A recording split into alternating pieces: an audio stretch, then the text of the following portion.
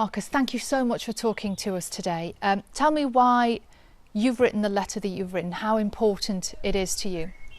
It obviously has a huge importance for me, probably on a personal level, because what families are going through now, I once had to go through that same system, and it's very difficult to find a way out. But now that I'm in this position that I'm in, it's very important for me to help the people that are struggling, and that was the main reason why the letter was written.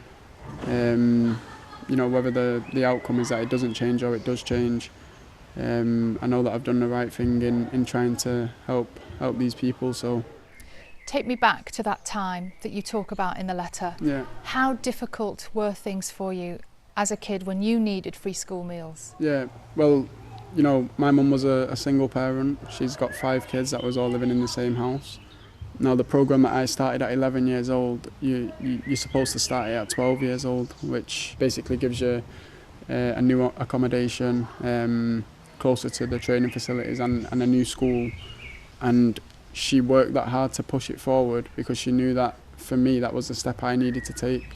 I needed to be eating the right foods whilst I was growing. I needed to be close to my teammates, my new school friends and stuff like that. So, she made that decision when I was 11 years old, and United allowed it. So that was the reason why I ended up going at a younger age compared to the others. It was to help my mum with her situation and also get me out of the situation that we was in. So there's always a big element of sacrifice to try and get to the top level, and that's the one that we had to make initially. My mum, she done the best she could. I remember we used to go to a shop called Pound World, and everything was under £1, and we'd sort of schedule out the week, so we'd get 7 yogurts and you can have 1 yogurt a day and so on. So she done the best she could within the circumstances, but there's some families out there like me that have 4 or 5 kids, so it's literally impossible for her to take control of the situation.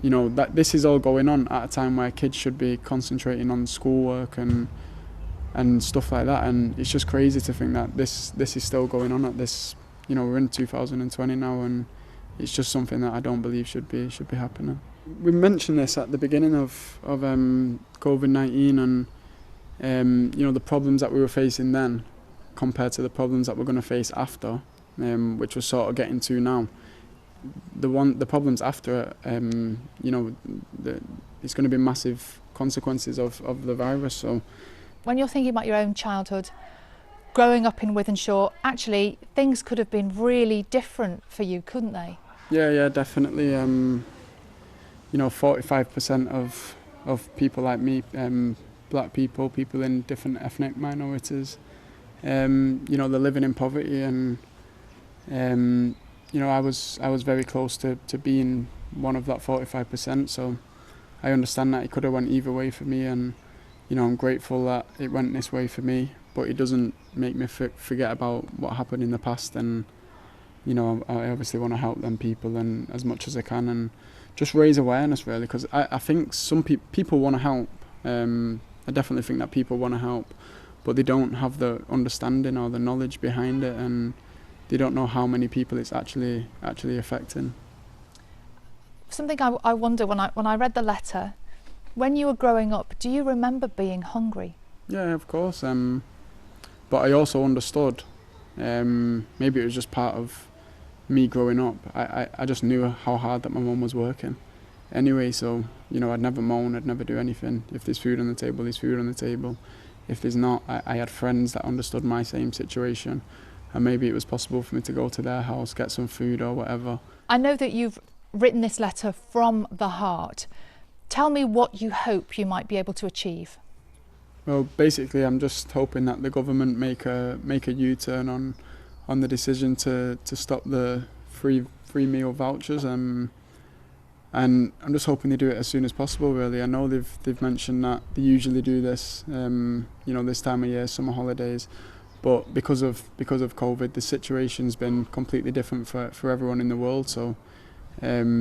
Circumstances change, so I think for at least summer holidays they have to be willing to make that decision to go back on themselves. When you look at what's been happening in the country over the last several weeks, particularly the scenes of protests over the weekend, as a young black man with a platform that you have, already using it for good, what can you do? Can you do anything? What message can you send? Yeah, I think it's you have to do something, especially if like you say, I'm a young black person that wasn't struggling in the system, but managed to find a way out and help my family. But now that I've done that, it's about helping the families that need you most. So I think it's important to have a voice. It's one thing thinking about it and writing them down in your house, but if you don't get that message out to the people and to the people higher up that can possibly change the way things are going, then there's no point having them thoughts whilst you're sat in your house. So it's important that you think about it and then you push them messages out to the public and also to the right people.